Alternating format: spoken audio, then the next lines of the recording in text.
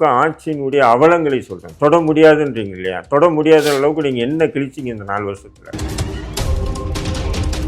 இப்போ இதெல்லாம் திராவிட மாடல் அரசினுடைய அவலங்கள் அப்படின்னு சொல்கிறீங்க. இன்னும் வேற என்ன அசிங்கங்கள்னு சொல்லலாம்.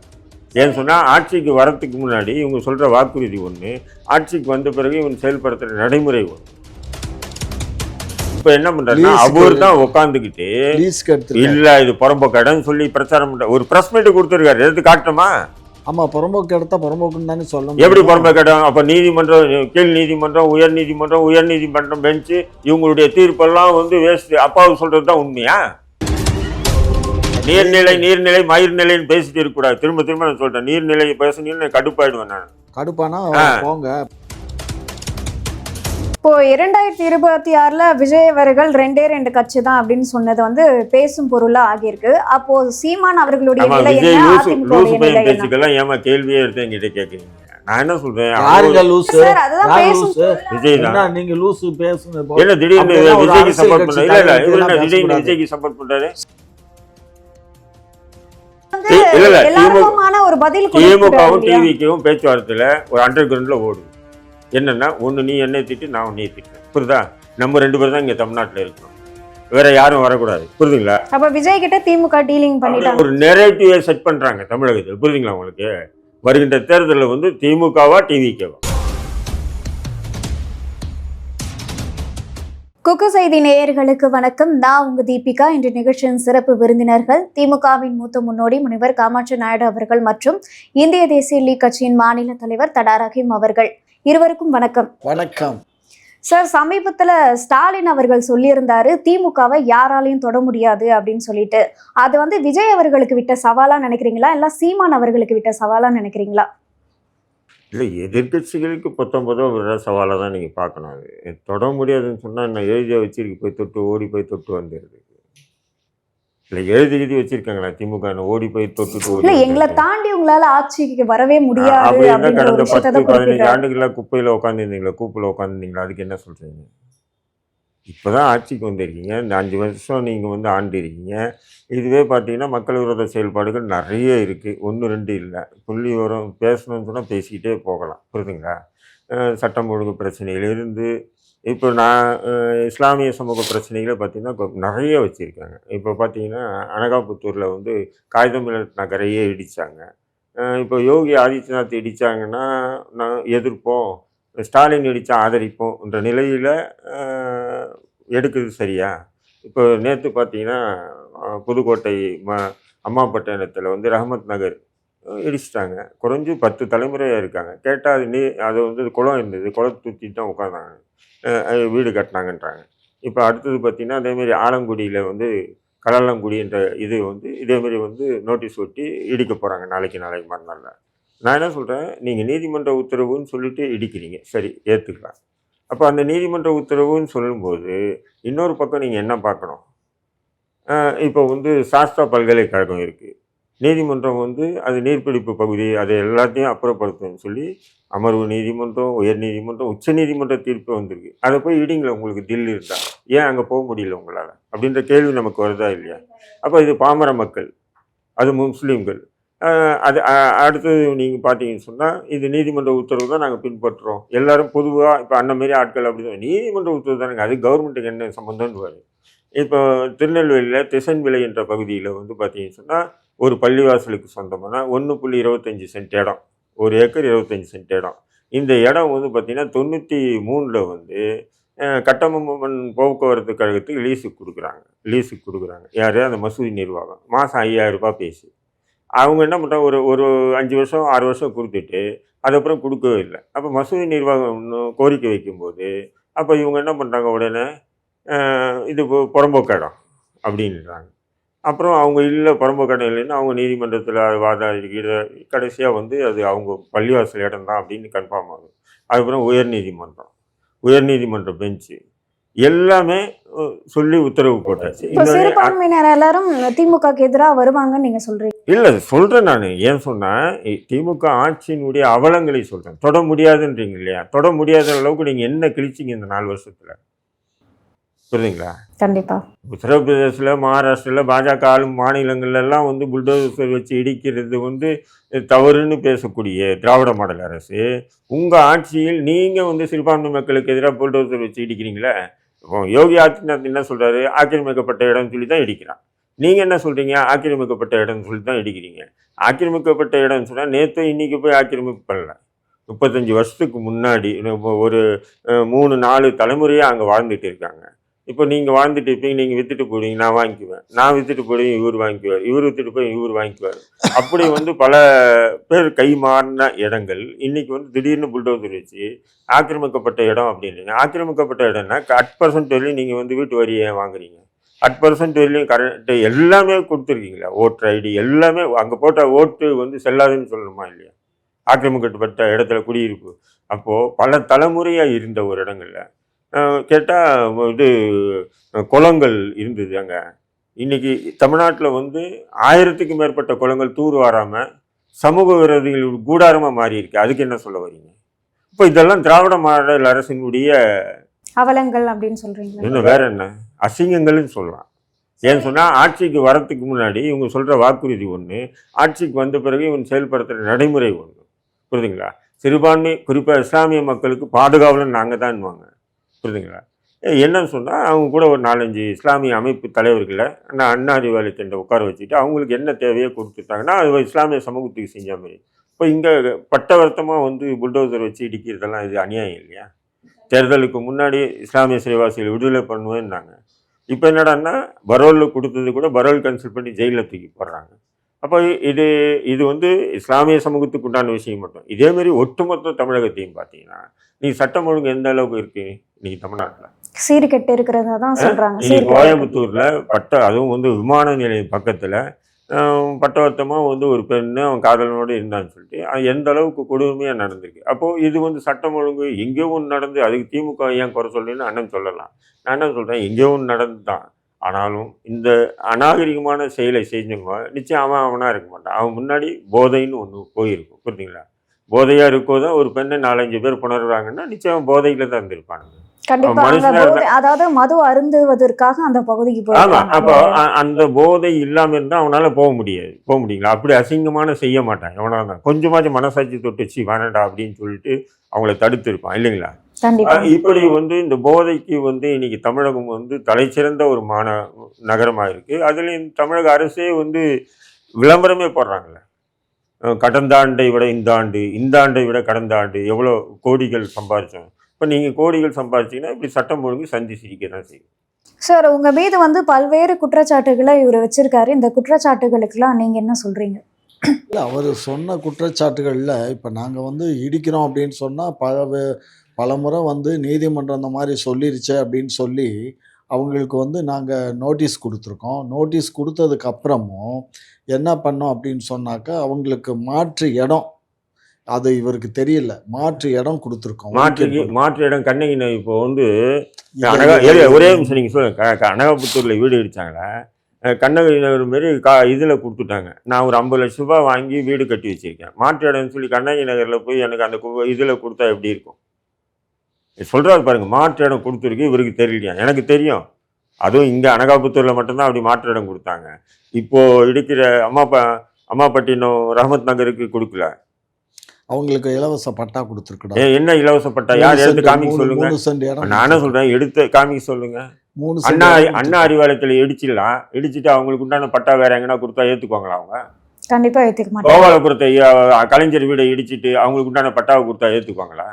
என்ன அறிவு கட்டதனமா பட்டா இடத்தை என்ன பட்டா இடத்தை நான் இருந்துதான் அறிவாலய இடத்த வந்து நான் இருந்துதான் பத்திரம் போட்டது. புரிஞ்சுக்கோங்க, அந்த இடம் வந்து ஒரு பஞ்சமி நிலம்னு சொல்றாங்க. சும்மா இருங்க, முரசொலி பஞ்சமி நிலம்ன்றாங்க. இடிச்சிட்டு வேற அதெல்லாம் வந்து முரசொலிக்கு என்னன்னு சொன்னா அதிகாரம் உங்ககிட்ட இருக்கு. புரியுதுங்களா?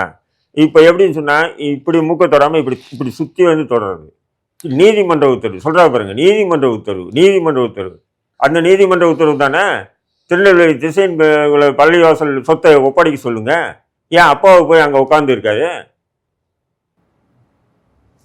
இதை பத்தி உங்களோட கருத்து சார்? இல்லை, அப்பாவை வந்து அந்த இடத்த வந்து கோர்ட்டில் நீங்கள் கேஸ் போட்டு அவரை வெக்கேட் பண்ணல. அவர் வெக்கேட் பண்ண இப்ப என்ன பண்றாருன்னா அவர் தான் உட்காந்துக்கிட்டு லீஸ்க்கு எடுத்து இல்ல இது புறம்போக்கு இடம்னு சொல்லி பிரச்சாரம் பண்ற ஒரு பிரஸ் மீட் கொடுத்துருக்காரு. எடுத்து காட்டணுமா? ஆமாம், புறம்போக்கு இடத்த புறம்போக்குன்னு தானே சொல்லணும். எப்படி புறம்போக்கு இடம்? அப்ப நீதிமன்றம், கீழ் நீதிமன்றம், உயர் நீதிமன்றம் பெஞ்சு இவங்களுடைய தீர்ப்பெல்லாம் வந்து வேஸ்ட். அப்பாவு சொல்றது தான் உண்மையா? சார் இங்கே பாருங்க, எனக்கு அதெல்லாம் தெரியாது. உங்களுக்கு தெரியும். நான் போய் எனக்கு தெரியாது. எனக்கு தெரியாது. திமுகவுக்கு முட்டு கொடுப்பேன். நான் வந்து சொல்றேன், திமுகவுக்கு முட்டு கொடுப்பேன். அப்படிதானே? அப்பாவுக்கு இருக்க வசதிக்கு அவரு இது தர்கா இடத்தை வந்து ஏன் திமுக கிட்ட தான் அவ்வளவு வசதி இருக்கு. அதனால யாருமே போய் அந்த மாதிரி எல்லாம் பண்ண மாட்டாங்கன்னா நான் பிரஸ் மீட் எடுத்து காமிக்கிறேன். நான் சரி பார்ப்போம். நானே பேசுகிறேன், அப்பாவிட்ட பேசுகிறேன். எனக்கு நெருங்கிய நண்பர் தான், பேசுவோம். ஸோ இது வந்து டாக்கண்ணு, இது ஒரு விஷயம் என்னன்னா, இவர் எகென்ஸ்ட் வித் டிஎம்கே. ஒரு காலத்தில் டிஎம்கே ஆதரவாளராக இருந்தார். என்னைக்கு எடப்பாடி நான் வச்ச குற்றச்சாட்டுக்கு தான் பதில் சொல்றேன்.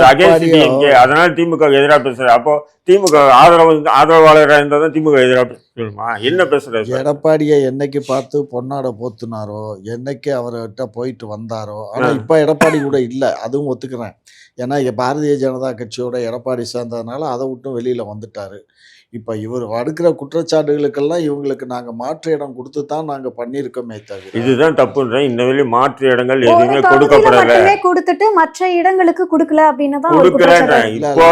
இப்போ அம்மாப்பட்டினம், அதாவது புதுக்கோட்டை மாவட்டம், இப்போ நீங்க கூகுளில் சர்ச் பண்ணி பாருங்க. அப்பா புதுக்கோட்டை மாவட்டம் அம்மாப்பட்டினம் ரஹமத் நகர் சுமார் 500 வீடுகள் நேற்று முந்தின 3 நாளா இடிக்கிறாங்க புல்டோசர்கள் வச்சு.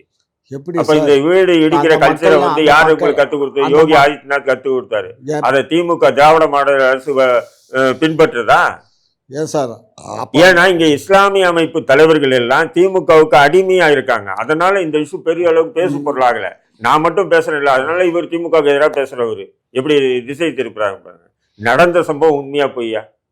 இப்ப எடுத்து வீடியோக்குள்ள ஆதாரங்களை காட்டணுமா? அந்த மக்களுடைய பேட்டிகளை காமிக்கிட்டோமா? ஏதோ நேத்தோ இன்னைக்கோ போய் அங்கே போய் ஒரு குடிசை போட்டுருந்தாங்க, அதை இடிச்சாங்க, காலி பண்ணாங்கன்னு சொன்னால் கரெக்டு. ஒரு 8-10 தலைமுறையாக அங்கே வாழ்ந்துகிட்டு இருக்கக்கூடிய ஒரு மக்களை காலங்காலமாக ஒரு ஒருத்தன் வீடு இன்னைக்கு தமிழகம் இன்னைக்கு வந்து உலகத்தில் வீடு ஒருத்தன் கட்டுறான்னா அவனுடைய இது கொஞ்சம் யோசனை பண்ணி பாருங்க. எவ்வளவு உழைப்பு, எத்தனை நாடுகளுக்கு போய். நான் என்ன கேட்குறேன்னா ஒரு விஷயம் சார், அவங்களுக்கு ஏன் இது எல்லாம் திமுக அரசுக்கு தெரியாதா? இல்ல இது நீதிமன்றம் எங்களுக்கு தெரியாதுன்னு சொன்னா அப்ப நீங்க எதுக்கு ஆள்றீங்க? வீட்டுக்கு போய் உட்காந்து அண்ணா அறிவாலயத்துல உட்காந்து கலைஞர் எழுதிய புத்தகங்களை படிச்சுட்டு உட்காந்துருக்கேன். ஒரு விஷயம் புரிஞ்சுக்கோங்க, நீர்நிலை மயிர்நிலைன்னு பேசிட்டு இருக்க கூடாது. திரும்ப நான் சொல்றேன், நீர்நிலை பேசுனீங்கன்னு கடுப்பாயிடுவேன் நான். கடுப்பானா போங்க. அப்ப நீர்நிலைன்னா ஏன் சாஸ்திரா பல்கலைக்கழகத்துக்கு உங்களுடைய நீர்நிலை போக அதிகாரம் இல்ல? பயமா? வீட்டு அடிச்சுடுவான்னு சுப்ரீம் கோர்ட்லயே ஆர்டர் கொடுத்துட்டான் இடிக்க சொல்லி. ஏன்னு சொன்னா அவன் ஜனாதிபதி பிரதமர் வரையில லிங்க் வச்சிருக்கான். அங்க போக மாட்டீங்க. இங்க அப்ராண்டி மக்கள் உங்களுக்காக ஓட்டு போட்டானுங்கல்ல, அங்க அந்த மக்களுக்கு எதிராக அதிகாரிகளை வச்சுக்கிட்டு நீங்க ஆட்டம் போடுவீங்க. இது என்ன அநியாயம்? இது அந்த இடத்தை அங்க திமுகவுடைய கூட்டணியில் இருக்கக்கூடிய முஸ்லீம் லீக் நவாஸ் கனி போன செருப்பாக வேட்டி அடிச்சிருக்காங்க மக்கள். அங்க ஏண்டா பொறுக்கி நாய இடிக்கிறது பார்க்க வந்திருக்கியான்னு பெண்கள் எல்லாம் சேர்ந்து செருப்பை கட்டி அடிச்சிருக்காங்க, ஓடி வந்திருக்கான். அப்ப எந்த அளவு கொந்தளிச்சு போயிருப்பாங்க பாருங்க. அந்த மாதிரி ஒரு நிகழ்ச்சி நடந்திருந்தா அது ரொம்ப வருந்தத்தக்க தவறு தான். முதல்வருடைய இல்லைங்க, அந்த இடத்த காலி பண்ணது முதல்வருடைய இதுக்கு வந்து அந்த மறுபடியும் முதல்வர் ஏங்க ஒரு 500 வீடு இடிக்கிறாங்க, முதல்வருடைய கவனத்துக்கு வரலையா? என்ன பேச்சு என்னங்கிறது தெரியல. அது தெரியாம நான் அதுல பதில் சொல்றதுக்கு இயலாது. சரியா? இந்த கண்ணகி நகர்ல இவங்களுக்கு இடம் கொடுத்தது எனக்கு தெரியும். ஆமா, கண்ணகி நகர்ல வந்து இங்க இருந்தது, அவங்க காகித மில்லத் நகர்ல இருந்ததுக்கு அவங்க ஒவ்வொருத்தன் 50 லட்சம் 1 கோடி வாங்கி வீடு கட்டி, வீடு வாங்கி தானே கட்டினா. அந்த அதாவது இடிக்கிற வரையிலும் வீட்டு வரி கட்டியிருக்காமா, 28 வரையிலும் வீட்டு வரி கட்டியிருக்கானுங்க. இப்போ நீ ஏன் வீட்டு வரி வாங்கின? ஆக்கிரமிக்கப்பட்ட இடத்துல ஏன்டா வீட்டு வரி வாங்கினீங்க சார்? இந்த பிரச்சனை அதிமுக ஆட்சியிலே இருந்தது இல்லையா? அதிமுக எப்படி கையாண்டுது அந்த விஷயத்த? ஒவ்வொன்றும் ஒவ்வொரு விதங்க. நான் என்ன சொல்றேன், அதிமுக எப்படி கையாண்டுது? ஆனா நீங்க என்ன பண்றீங்க? முஸ்லீம் வீடு தானே, எடுடா புல்டோசர் வை. புல்டோசர் வை. அது யோகி ஆதித்யநாத்தாச்சும் ஒரு புல்டோசர் எடுத்துட்டு போவான். இவங்க எல்லாம் எப்படி தெரியுமா, 5-10 எடுத்துட்டு போறாங்க ஒரே நேரத்துல போலீஸோட. இப்போ 2026ல் விஜய் அவர்கள் 2 கட்சி தான் அப்படின்னு சொன்னது வந்து பேசும் பொருளா ஆகியிருக்கு. அப்போ சீமான் அவர்களுடைய ஆமா, நிலை விஜய் என்ன, லூசு அதிமுகவுடைய நிலை பையன் என்ன? பேச்சுக்கெல்லாம் ஏமா கேள்வியே எடுத்து என்கிட்ட கேட்குறீங்க? நான் என்ன சொல்றேன், யாருங்க லூசு? சார் அதுதான் யார் பேசும் லூசு? விஜய் தான். என்ன நீங்க லூசு பேசுன என்ன திடீர்னு அப்படியெல்லாம் ஒரு விஜய்க்கு அரசியல் சப்போர்ட் கட்சி பண்றாரு? இல்ல தலைவர் இவர் இப்படியெல்லாம் என்ன திடீர்னு பேசக்கூடாது. விஜய்க்கு சப்போர்ட் பண்றாரு? ஒரு காலம் சப்போர்ட் விஜய் இல்லைங்க, கட்சியில் சேர்ந்துட்டீங்க. சப்போர்ட் இல்லைங்க. ஒரு கட்சியினுடைய தலைவரை லூசுன்னுலாம் சொல்லலாமா? அப்படின்னு நாங்க 41 பேர் செத்தாங்க, போய் உட்காந்துட்டு ஒரு 2 மாசம் வீட்டு விட்டு வரலன்னும் போது அவனை என்னங்க சொல்றது? சார் அவர் அமைதியா அரசியல் என்ன பண்ணியிருக்காரு அமைதியான அப்படின்னு அரசியல்? அரசியல்னு களத்தில் இறங்கியாச்சு இல்லையா? என்ன குதிச்சு தான் ஆகணும், புரியுதா? நான் வந்து இப்படி இல்லை, நான் இப்படி தான் இருப்பேன்னா நீ போ வீட்டுக்கு, நீ சம்பாதிச்சது வச்சுக்கிட்டு உள்நாடு வெளிநாடு எஸ் ஒய் பின்னு சொல்லிட்டு வச்சுக்கிட்டு ஆண்டுட்டு கடை சந்தோஷமா விளையாட்டு. அதை விட்டு அரசியல்னு வந்தால் எல்லா விஷயம் பேசு பொருளாக தான் ஆகும், புரியுதுங்களா? நீ ஒன்றும் கொம்பு ஒன்று வானத்திலிருந்து குதிச்ச தேவதூதனெல்லாம் இல்லை, நீ இல்லை அவனுடைய புதல்வனெல்லாம் இல்லை, நீ ஆப்தால் கூத்தாடி, நீ நடித்த சம்பாதிச்ச உள்நாடு வெளிநாடு முதலீடு பண்ணி அந்த பணத்தை பாதுகாக்கிறதுக்கு தான் நீ அரசியலே இறங்கியிருக்க. இப்போ 41 பேரை பலி கொடுத்துட்டு நீ இத்தனால உட்காந்துட்டு இப்போ வந்துட்டு இங்கே தமிழ்நாட்டில் போட்டியே டிவிக்கேவா டிஎம்கேவா? அப்போ அதிமுகலாம் என்ன?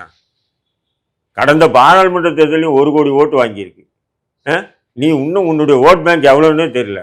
இதுக்குள்ளே ஏன் இந்த ஆட்டம்ன்றானே? இதுக்குள்ளே ஏன் இந்த ஆட்டம்? ஒரு சிறப்பு பொதுக்குழு மயிரன்னு போட்டுட்டு பொதுக்குழுன்னா எப்படி நடத்துவாங்க அண்ணனுக்கு தெரியும். ஒரு பொதுக்குழுவில் கட்சியினுடைய வளர்ச்சி, கட்சியினுடைய அடுத்த கட்ட நடவடிக்கை, கட்சி நிர்வாகிகளுடைய குளறுபடிகள் தவறுகள் அதெல்லாம் தான் பேசு பொருளாக்கப்படும். பொதுக்குழுன்னு சொல்லி போட்டுட்டு திமுகவை திட்டுறது பொதுக்குழுவா? அப்போ நீங்கள் என்ன பண்ணியிருக்கீங்க? திமுகவும் இல்லைம்மா, இல்லை திமுகவும் டிவிக்கும் பேச்சுவார்த்தையில் ஒரு அண்டர் கிரவுண்டில் ஓடுது. என்னென்னா ஒன்று நீ என்னை திட்டு, நான் உன்னையை திட்டுறேன், புரியுதா? நம்ம 2 பேர் தான் இங்கே தமிழ்நாட்டில் இருக்கணும், வேற யாரும் வரக்கூடாது, புரியுதுங்களா? அப்ப விஜய் கிட்ட திமுக டீலிங் பண்ணிட்டாங்க, ஒரு நெரேட்டிவை செட் பண்றாங்க தமிழகத்தில், புரியுதுங்களா உங்களுக்கு? வருகின்ற தேர்தலில் வந்து திமுகவா டிவிகேவா அப்படி ஒரு நெரேட்டிவ். இங்க போட்டி யாரு? 15 கடந்த 15 நானும் சொல்றேன், கடந்த 15 ஆண்டுகளாக மண்ணுக்காக மக்களுக்காக மொழிக்காக தொடர்ந்து போராடிட்டு வரக்கூடிய சீமானெல்லாம் ஒரு பொருட்டே இல்லையா? அதிமுக கடந்த தொடர்ந்து 10 ஆண்டுகள் ஜெயிச்சுட்டு இப்போ எதிர்கட்சியாக இருக்கக்கூடிய அதிமுக பொருட்டு இல்லையா? இவருக்கு வந்தவுடனே இவரா அவங்களாம் என்னடா நினைச்சிட்டு இருக்கீங்க? நீ யாரு, அவங்க யாரு? அப்ப இருந்த களம் வேற, இப்ப இருக்க களம் சூழல் வேற. அதனால எப்படி களம்? அப்ப காசு கொடுக்காம ஜெயிச்சாங்க, இப்ப காசு கொடுத்து ஜெயிப்பாங்க. அந்த காசு இருக்குன்றது அவனுக்கு. இத பத்தி உங்களோட கருத்து சார்? விஜய்க்கு வந்து தொண்டர்கள் நிறைய இருக்காங்கடா, லட்சக்கணக்கான தொண்டர்கள் இருக்காங்க. எப்படியும் ஒரு 50-60 லட்சம் வாக்கு. தொண்டர்கள் சொல்லக்கூடாது, ரசிகர்கள் சொல்லுங்க. காக்கா கூட்டம் சொல்லுங்க, எப்படியோ சரிக்கட்ட கூட்டம் சொல்லுங்க. நான் அப்படியெல்லாம் சொல்ல இயலாது. அவர் ஒரு கட்சியினுடைய தலைவர், நான் ஒரு கட்சி நாங்க ஒரு கட்சியை நாங்க மதிப்போம். நானே மதிக்கலைன்னா வேற யாருங்க அந்த கட்சியை மதிப்பா? நாளைக்கு எங்க கட்சியை யாருங்க மதிப்பா? அதனால நாங்க திருட்டு பையனுக்கு ஆதரவு, திருட்டு பையன் கரெக்டா? அதனால விஜய் அவர்களுக்கு நீங்க இப்ப ஆதரவு கொடுக்குறீங்க? ஆதரவு கொடுக்கலாமா, தவறா பேசாதீங்கன்னு சொல்றேன். நான் எதுவும் தவறா பேசலையா? அசிங்கமா பேசுறேன் ஏதாவது? கூத்தாடிங்கிறீங்க. கூத்தாடி அசிங்கமான வார்த்தையா? தமிழ் சொல் கூத்தாடின்றது. நடிகனை விட சிறந்த சொல்லாடல் வந்து அவங்க தலைவரே எழுதியிருக்காரு. யார் தலைவர்? கருணாநிதியே ஒரு புத்தகத்தில் வந்து கூத்தாடி என்ற சொல் வந்து பழந்தமிழர்கள் பயன்படுத்திய வார்த்தைன்னு சொல்லியிருக்காரு. அது போய் நான் வந்து இந்த ஆங்கிலத்தை திட்டினேன், நான் இல்லை அசிங்கமாவை திட்டினேன் கூத்தாடின்றது. அது ஏன் விஜய் கூட அன்றைக்கி மேடையில் கூத்தாடி என்பது சாதாரணமான சொல் இல்லை, அது உயர்ந்த சொல்லுன்னு சொல்லியிருக்கான் அந்த மாநாட்டில், இந்த விக்கிரவாண்டி மாநாட்டில். ஐயா, எதை எப்படி வேணாலும் நீங்கள் உருட்டுவீங்க, எப்படி வேணாலும் பேசுவீங்க. உங்களுக்கு பேசுறதுக்கு வாய் இருக்குது, நாக்கு இருக்குது. உங்களுக்கு இல்லையா? எங்கிட்ட இருக்க நாக்கெல்லாம் ரொம்ப கிளண்டு போச்சு, வயசாயிடுச்சு. இல்லை நீங்கள் இளைஞர். ஏன்னா இவங்க இருந்து பேசி பேசி மக்களை ஏமாற்றி ஏமாற்றி ஏமாற்றி இத்தனை நாள் ஆண்டாங்க. இப்போ இவங்களால பேச முடியல, வேற ஒன்றும் இல்லை. இவங்க எந்த டாபிக் எடுக்கிட்டோம் முட்டுவிடு. பிஜேபி தமிழ்நாட்டில் கொண்டு வந்தது யார்? 1999 4 பாராளுமன்ற உறுப்பினராக்கி அழகு பார்த்தது யார்? திமுக. 2001 4 எச் ராஜா உட்பட 4 சட்டமன்ற பாஜக உறுப்பினர்களை சட்டமன்றத்துக்கு அனுப்பியது யார்? திமுக. எது இவங்களை? ஏன்னா எல்லாமே பேசி இவங்க பேசுறது பாசிசம் பாயசம்லாம் பயங்கரமாக பேசுவாங்க, அப்படியே பில்டப் பண்ணி பேசுவாங்க. ஆனால் அத்தனையும் இன்னைக்கு கட்டண பொசிஷன் இல்லையா? ஆர்எஸ்எஸ்க்கு மாமல் கொடுத்துட்டு வருது திமுக. ஏற்றுவீங்களா? இதெல்லாம் தவறான தகவல்களை RSS பண்றது உங்க தகுதிக்கு இல்ல சார். RSSக்கு மாமூல் கொடுத்துட்டு வருது திமுக. உங்க தகுதிக்கு இதெல்லாம் தவறு. புரியுதுங்களா? RSSக்கு மாமூல் கொடுத்துட்டு வருது திமுக. RSS பாஜக கொடுக்குது, அது வேற விஷயம். ஏன்னா அந்த அளவுக்கு ஊழல் ஆமா யாருமே சாதாரணமானது இல்லை. குறைஞ்சு லட்சம் கோடி 50,000 இல்லை 50,000 கோடி லட்சம் கோடிக்கு ஊழல் பண்ணி வச்சிருக்காங்க. எல்லாம் உள்நாடு வெளிநாடு எல்லாம் முதலீடு. அதை காப்பாற்றுறது தான் இப்ப திமுக. இல்ல அதை வந்து நாசமாக்குறது இந்த மக்கள் சொல்லி நாசமாக்குறது. மொத்த பட்ஜெட் எவ்வளவுங்க? இந்த 4 வருஷத்துல பட்ஜெட் அமௌண்ட் எவ்வளவு? ஒவ்வொரு மந்திரியும் ஒவ்வொரு ஊழலே பண்ணல. உண்மையிலே ஊழலே திமுக பண்ணாம இருந்தாங்கன்னா உண்மையிலே திமுக பாஜக கடுமையா எதிர்க்கும். என்ன சொல்லுதுன்னா, நாங்க ஊழல் பண்ணணும் அப்படின்னு சொல்லி ஏதாவது ஒரு விஷயம் இருக்கா, இல்ல கைது பண்ணிருக்காங்களா எங்களை அப்படின்ற மாதிரி ஒரு விஷயத்த சொல்லுங்க. செந்தில் பாலாஜி அவர்களை தவிர்த்து வேற ஏதாவது இதுக்கும் சம்பந்தமே இல்ல. செந்தில் பாலாஜி நீங்க தான் அடிச்சு வச்சிருக்கீங்க. இன்னைக்கு வந்து உலகத்திலே நீங்க இந்தியாவில் வந்து பொருளாதார பணம் எவங்கிட்ட இருக்கோ அவனுக்கு ஒரு நீதி, பணம் இல்லாதவனுக்கு ஒரு நீதி. சட்டத்தின் முன் அனைவரும் சமன்வாங்க. ஆனா இன்னைக்கு சட்டத்தின் முன் பணக்காரனா ஏழையான்னு பார்க்க வேண்டிய நிலை இருக்கா இல்லையா? நிர்பயா வழக்கில் வந்து குற்றவாளிகள் எல்லாம் வந்து ஏழைகள், வறுமை கோட்டு கீழே உள்ளவங்க, அவங்களால நீதி பெற முடியல, அவங்க தூக்கு தண்டனை பெற்று உள்ளே போயிட்டாங்க. ஆனால் காஷ்மீரில் கத்வா மாவட்டத்தில் ஆசிஃபா என்ற சிறுமி கற்பழிப்பு வழக்கில் எல்லாருமே வந்து 2 வருஷம் 3 வருஷம் தண்டனை வாங்கிட்டு வெளியே வந்துட்டாங்க. அப்போ இங்கே வந்து அதிகாரமும் பணபலமும் முக்கியமாக இருக்குது நீதிக்கு முன்னாடி, இருக்கா இல்லையா? அப்போ இவங்ககிட்ட இருக்குது. இப்போட நேரு விஷயம் என்னாச்சு?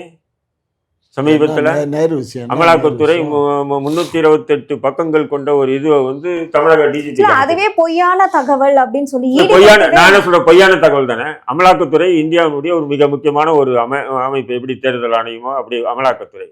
அப்ப நீங்க என்ன பண்ணோம்? நேரு உயர்நீதிமன்றத்தை மாநில வழக்கு போடணுமா இல்லையா? நான் இத்தனை ஆண்டுகளாக பொது சேவை செஞ்சுட்டு இருக்கேன். நான் அமைச்சராக இருந்திருக்கேன், எம்எல்ஏ இருந்திருக்கேன், எம்பியாக இருந்திருக்கேன், ஒரு கட்சியின் மூத்த தலைவராக இருந்திருக்கேன். என்னுடைய வாழ்க்கையில் வந்து இது ஒரு கரும்புள்ளி, இது மக்கள் மத்தியில் அசிங்கப்படுத்திச்சு. அதனால இவனுக்கு வந்து 1,1000 கோடி ரூபாய் எனக்கு மாநில கொடுக்கணும்னு சொல்லிட்டு அமலாக்கத்துறை மீது வழக்கு போட வேண்டியதானே? ஏன் பொத்தி முட்டு பேட்டி மட்டும் வந்து எங்களுக்கு அது சம்மந்தம் இல்லை, பொய்யான இது பாஜக சொல்றது, பாஜக தூண்டி விட்டு செய்யுது. என்ன திடீர்னு பாஜகவுக்கு எப்ப சொம்ப? நான் பாஜக இல்ல, நான் என்ன சொல்றேன், பாஜகவுக்கு நீங்க அங்க கிடைக்கிறீங்க, போய் மாமூல் கட்டிட்டீங்க, முடிஞ்சது. பாஜக ஒன்றையும் பத்திரமாட்டு தங்கம் அப்படியெல்லாம் இல்லை. அவங்களும் அப்படிதான் ஊழல்ல தெளிச்சு தான் இருக்காங்க கொஞ்சம் ஆண்டுகள்ல, புரியுதுங்களா? அதனால வந்து நீங்க அடிக்கிற கொள்ளையில அவங்களுக்கு கொடுக்குறீங்க. பாஜகவுக்கும் திமுகவுக்கும் ஒரு அண்டர் கிரவுண்ட் டீலிங் இருக்கு. இதுல வந்து எல்லாமே விஜய்க்கும் எங்களுக்கும் ஆர்எஸ்எஸ் வந்து அண்டர் கிரவுண்ட் பிளே பண்ணி கொடுக்குது பாஜகவுக்கு. அதனால ஆர்எஸ்எஸ்க்கு ஒரு தொகை மாசம் மாசம் நீங்க தரீங்க. ஆனா இஸ்லாமிய வாக்குகள் மட்டும் முழுமையா வாங்கணும். ஆனா இவங்க குடுக்குறாங்கன்றதுக்கும் எந்த ஒரு ஆதாரமும் வெளியாகல. இல்ல ஏதாவது சொல்ல இல்ல நான் நீங்க வந்து டொனேஷன் கேக்குறீங்க, நான் கொடுக்குறேன், அது என்ன வெளியே வரும்? வராது. ஒண்ணு வாங்கின நீங்க நானே சொல்றேன், வாங்கின நீ சொல்லணும், இல்ல கொடுத்த நான் சொல்லணும். 2 பேரும் சொல்லலாம், எப்படி வரும்? 2 பேரும் சீக்ரெட்டா மெயின்டைன் பண்றாங்கன்னு சொல்றீங்க. அதுதான். ஏமா பணம் கொடுத்தா இப்போ எல்லாம் வந்து எல்லாம் வங்கி கணக்கு மூலமா போகுது, எல்லாமே த்ரூ பேங்க் தான். அப்படி இருக்கும்போது நம்ம எப்படி கொடுக்க முடியும்? சும்மா எதையாவது பேசுறதுன்னு பேசுறாருமா. ஸோ இந்த மாதிரி பொருட்கள் மூலமா கூட நீங்க டீலிங் பேசிக்கலாம். எல்லாம் தங்க கட்டியா கொடுத்துருக்கோம். அதை பூரா உருக்கி ஆர்எஸ்எஸ்ல இருக்கக்கூடிய முன்னாள் தலைவர்களுக்கெல்லாம் அந்த சிலையை செஞ்சு வச்சு அதுக்குள்ளே இருந்து வேணுங்கும்போது கொஞ்சம் கொஞ்சமாக சொண்டி எடுத்துக்கோங்க. ஏமா அவர் வாய்க்கு பார்த்தாம பேசுகிறாரு. அவர் திமுகவை அடித்து பேசுறதுக்காகவே இங்கே வந்து உட்காந்துருக்காரு டிபேட்டில். அது தெரியாமல் நீ என்னமா பூச்சி ஆளுங்கட்சி மீது வந்து பல குற்றங்கள் இருக்கு, அதை எடுத்து அவர் பேசிட்டு இருக்காரு. அவருக்கு என்ன கொஞ்சம் புரிஞ்சுக்கோங்கடா. மொத்தமே இந்த 4 ஆண்டு காலத்தில் எவ்வளோ பட்ஜெட் போட்டிருக்கோம், அந்த பட்ஜெட் பணம் எவ்வளோ, அந்த பணத்தில் ஊழல்னு சொன்னால் என்ன ஊழல்? அந்த பட்ஜெட் பணம் எங்க செலவு பண்ணப்பட்டது? சரி, சப்போஸ் அப்படியே கமிஷன் வந்தா கூட எவ்வளவு பணம் வரும்? லட்சக்கணக்கான கோடியா? கடந்த ஆண்டு அமலாக்கத்துறை சோதனையிட்ட போது நேருடைய நெருங்கிய பிஏக்களான 5 பேருடைய பெயரை போட்டு அந்த 5 பேர்கிட்ட நாங்கள் சோதனை விட்டதுனால அவங்களுடைய செல்போன் மற்ற எல்லா இதுவும் பண்ணதுனால இவ்வளோ கோடி ரூபாய்க்கு ஊழல் நடந்திருக்கு. வேலை வாய்ப்பு வாங்கி தருவதாக இவ்வளோ பணம் வந்து வாங்கியிருக்காங்க. அப்படி இதை வந்து மாநில டிஜிபி விசாரணை பண்ணணும் அப்படின்னு டிஜிபிக்கு லெட்டர் கொடுத்தாங்க. டிஜிபி என்ன நடவடிக்கை எடுத்தது? எப்படி எடுப்பாங்க? எடுக்க மாட்டாங்கன்றாங்க. அதாவது உண்மை இல்லாத சமாச்சாரத்தை ஏன்னா எப்படி உண்மை இல்லாத சமாச்சாரம்? சட்டம், நீதி, அதிகாரம் உங்ககிட்ட இருந்துன்னா குற்றவாளி இல்ல இப்பதான் நீங்க தப்பி. சொன்னீங்க RSS நாங்க வாயை கட்டுறோம்னா அப்புறம் என்னத்துங்க இந்த அமலாக்கத்துறை எங்களை வந்து ஆமா, நீங்க அமலாக்கத்துறை ஏன் என்ன நோண்டா? விளையாடுறீங்க? அமலாக்கத்துறை ஒரு ஓவரா உங்களுக்கு தான் தெரியும் இல்ல பேசல. அமலாக்கத்துறை அப்படி மூவ் பண்ணாதான் நீங்க இறக்குறீங்க உங்க பாக்கெட்ல இருந்து. ஆ. இல்லைன்னா இறக்க மாட்டேங்க. ஆமா. பாஜகவும் RSS நல்லா தெரிஞ்சு வச்சிருக்கு. அமலாக்கத்துறை ஃபர்ஸ்ட் இறக்கி விட்டாங்க, ஒரு பெரும் தொகை வாங்குச்சு பாஜகவும் RSS. இப்ப ரெண்டாவது வந்து ஒரு நேரு வச்சு ஒரு மிரட்டு தேர்தல் நேரத்துல இப்போ ஒரு பெரும் தொகை வந்து கைமாறும். புரிஞ்சுங்களா உங்களுக்கு? அந்த அமலாக்கத்துறை இல்லைன்னு சொன்னா இவங்க எல்லாம் இறக்க மாட்டாங்க. காசு கப்பிங்க 10 விசா கூட இறக்க மாட்டாங்க. தொண்டங்கிட்ட கூட வாங்குவானுங்க. நீ 10 ரூபா கொடு நிதி, உன் நிதி தான் இந்த கட்சியை வளருதுன்னுவாங்க. இவங்களா இன்னும் போனாக்க செத்தவங்க நெத்தியில இருக்க ஒத்தரவாயை கூட விட மாட்டாங்க. அதான் சொன்னேன், செத்தவன் நெத்தியில இருக்கிற ஒத்த ரூபாய் கூட விட மாட்டாங்க. அப்படி இவர் இல்லை, உங்க தலைவர் கலைஞர் பாத்துக்க அப்படியே போயிட்டு அவங்களுக்கு இதை ஆறுதல் சொல்ற மாதிரி இருந்துட்டு அந்த 1 ரூபாய் கூட எடுத்து பாக்கெட்ல போட்டு வந்தவர் தான். விபச்சாரிக கிட்ட போய் காசு கொடுக்காம ஏமாத்திட்டு வந்த பரம்பரை தான் அவங்களுக்கு. குக்கு செய்தி நேயர்களுக்கு மிக்க நன்றி. கிட்டத்தட்ட 60,000 சப்ஸ்கிரைபர் தாண்டி போயிட்டு இருக்கும். இதே போல தொடர்ந்து உங்களுடைய ஆதரவை அளிக்கவும். அது மட்டும் இல்லாம லைக் பண்ணுங்க, ஷேர் பண்ணுங்க, சப்ஸ்கிரைப் பண்ணுங்க.